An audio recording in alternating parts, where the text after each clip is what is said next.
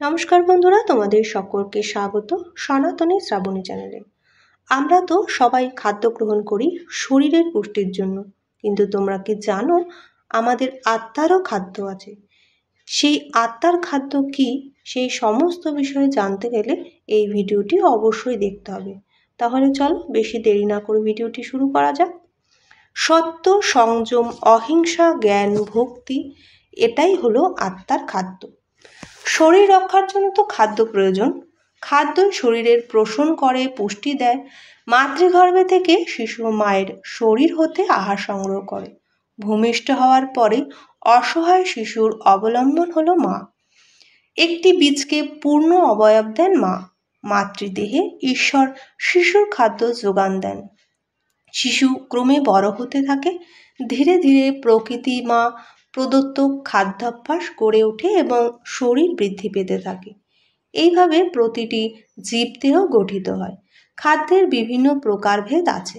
জীব রুচি অনুযায়ী খাদ্য গ্রহণ করে বেঁচে থাকে। বাহ্যিক শরীরের আড়ালে একজন রয়েছে, তিনি সর্বজীবে বিদ্যমান, কিন্তু সাধারণের ধরাছোঁয়ার বাইরে। তিনি কে? তিনি হলেন আমাদের আত্মা। আত্মার স্বরূপ শ্রী ভগবান শ্রীমদ্ ভাগবত গীতায় বর্ণিত করেছেন, অবিনাশী তু তদ্ধিতি যেন সর্বমিদং ততম বিনাশয় ব্যয়শেষ ন কশ্চিত কর্তুমহর্তি। অর্থাৎ যিনি এই সমগ্র জগৎ পরিব্যাপ্ত করিয়াছেন, তাহাকে অবিনাশী আত্মা বলিয়া জানিবেন। কেহ এই অব্যয় আত্মার বিনাশ করিতে সমর্থ হয় না। নৈনং ছিদ্যতি শাস্ত্রাণি নৈনং দহতি পাবক ন চৈনং ক্লেদয়ান্তক ন শস্যতে মারত।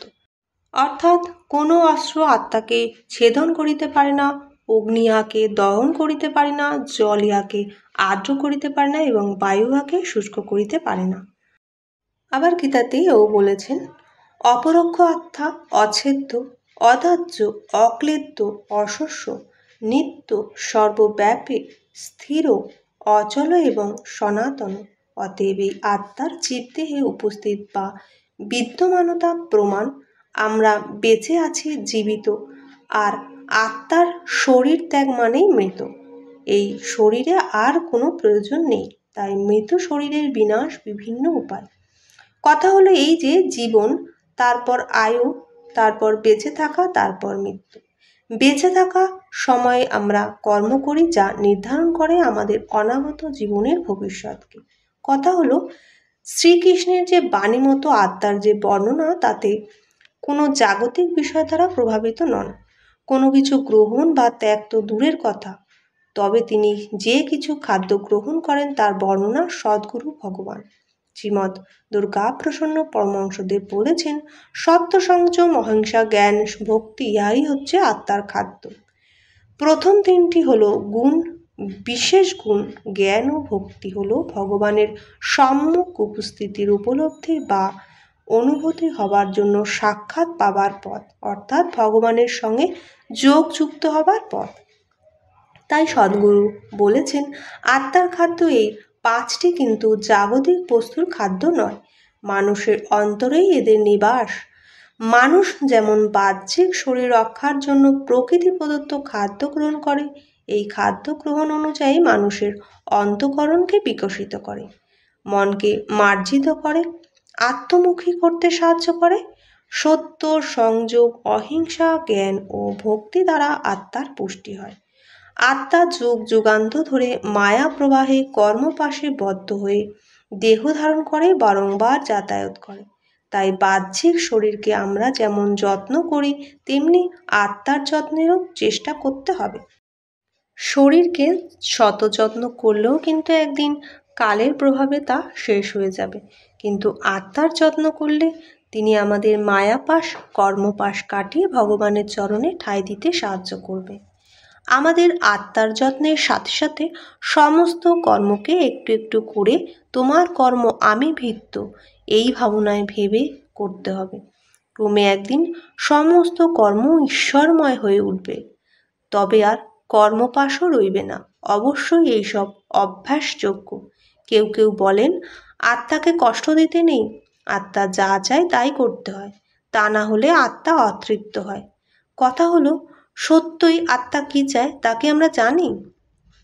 আত্মাকে কষ্ট দিচ্ছি কোনো খাদ্য বা ভোগ্যবস্তু না দিয়ে এই বোধ জন্মানোর অর্থ তো আমরা আত্মাকে চিনে গেছি, বুঝে গেছি। কিন্তু এ কখনোই সত্য নয়। যাকে জানতে বুঝতে কত মহাত্মা প্রাণিপাত সাধনা করেছেন, এত সহজে কি তাকে জানা যায়? আমরা অনেকেই ভিতরের অবস্থানকারী আত্মা সম্পর্কে কতটুকু জ্ঞান ধারণ করতে পারি? ভগবান শ্রীকৃষ্ণ প্রদত্ত বাণী অনুযায়ী আত্মা জাগতিক কোনো বস্তু দ্বারাই প্রভাবিত হয় না। আমরা মনের বিকারে প্রভাবিত হই। মন ও ইন্দ্রিয় এদের ভালো মন্দ প্রভাব ও কর্মফল আত্মাকে দেহ ধারণে বাধ্য করে। এখানে আত্মা অতৃপ্ত। ভগবান শ্রীকৃষ্ণ শ্রীমদ্ ভাগবতগীতায় 3 প্রকার কর্তার কথা বলেছেন: সাত্ত্বিক, রাজসিক ও তামসিক। 3 প্রকার লোকের আহার ও সত্যাদি গুণভেদ 3 প্রকার। সেই জন্য যজ্ঞ, দান ও তপস্যা ত্রিগুণাসারে 3 প্রকার। ইহাদের প্রভেদ শোভন করো। অর্থাৎ যে সকল আহার আয়ু, উদ্যম, বল, আরোগ্য, সুখ ও প্রীতি বৃদ্ধি করে এবং সরল, স্নিগ্ধ ও পুষ্টিকর এবং মনোরম, সেইগুলি সাত্ত্বিক ব্যক্তির প্রিয় হয়। যে সকল আহার দুঃখ, শোক, রোগ সৃষ্টি করে, অর্থাৎ অতিরিক্ত তিক্ত, অতি অম্ল, অতি লবণাক্ত, অতি উষ্ণ, অতি তীক্ষ্ণ, অতি শুষ্ক এবং অতি প্রদাহকর, এইগুলো রাজসিক খাবার। মন্দপক্ষ, রসহীন, দুর্গন্ধময়, বাসি, উচ্ছিষ্ট ও যজ্ঞনিষিদ্ধ আহার তামসিক ব্যক্তিদের জন্য প্রিয় হয়। অতএব উক্ত 3 প্রকার কর্তার মনে প্রিয় খাদ্য নির্বাচন করে এই আত্মা। আত্মা এই আকাঙ্ক্ষার দোষে দুষ্টও নন। সদ্গুরু ভগবান বলেছেন সত্য, সংযম, অহিংসা, জ্ঞান, ভক্তি অর্জনের কথা। এই 3 গুণ ও 2টি পথ যদি জীবনের অর্জন করা হয় তবে তার সৎ প্রভাব আত্মার পুষ্টি বিধান করবে।